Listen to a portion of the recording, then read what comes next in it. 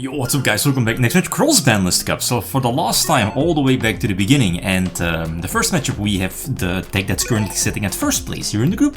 That's Rulers, the deck list you see here, which, and as you see here on the right side as well, it's heavily favored, you know, by the votes, by the public. What was it? Over 80%, I think it was 84, compared to 16% of the people seeing that the much older deck list from 2007.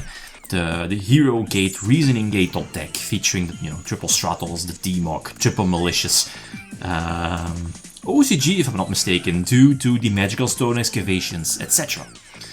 So, I think this was a rematch. Again, I can't remember how it went in one of the previous editions of the Cross-Banlist Cup, but I vaguely, as I've read through the comments, I vaguely remember that Rulers had it. Obviously, the hand, or graveyard, basically being the second hand of the deck. Both engines, obviously, Rulers should have the advantage, but I mean, it's no decay deck, right? Speaking of the hero deck list, so definitely count out this deck just yet.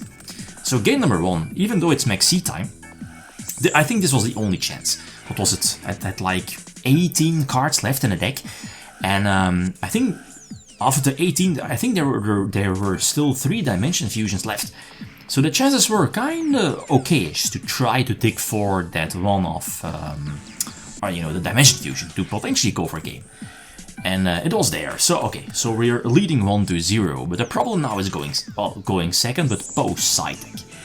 And I've asked myself, like here in this matchup, especially post side deck, where we know that there is more Vanity's Emptiness when we're going second, right? Eradicator is there. Like again, imagine if you're able to pick for the hero deck. I think you still want to go first, no? Because of Eradicate, like one of the few cards, and there are stuff like Trap Does Shoot, so Mind Crush, we can definitely go first. But our board is not going to be strong. And speaking of Eradicator, we're getting Eradicator for, what was it, 5 cards, 5 spells. Obviously we chained the Typhoon, but this should be more than enough, so it's unfortunate. But I mean, the deck has so much, like, what was it, how many Super Rejuvenations were activated? Like back in the day, that was kinda sick. So again, we are going first, again because of the shoot, because of Mind Crush. We have multiple ways to get out Plasma, but against a deck like Rulers, a not pumped up Plasma is not that threatening. But I mean, if you can protect Plasma with Roar, right? I still think that's a potential game card, especially when you know that your opponent is side-decking Emptiness, Vanity's Emptiness, Eradicator. You just can't go second, I feel, if you have the opportunity. Super Rejuvenation. What was it, a 3 this time?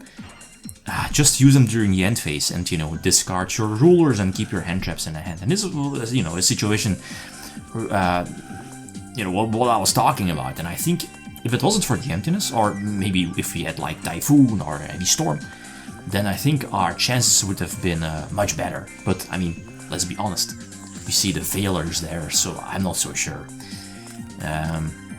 Thanks to the Rejuvenations, right? So we have to pass. Funny enough, I'm not so sure if this is a game. Like, maybe if they went for Scrap Dragon, it might have been game. But Crimson Blader is also game. Again, what is it? If you can destroy a monster and send it to the graveyard? I should recheck. Or is destruction enough? I think it needs to send a monster to the graveyard. It basically blocks myself from playing the game. So next up.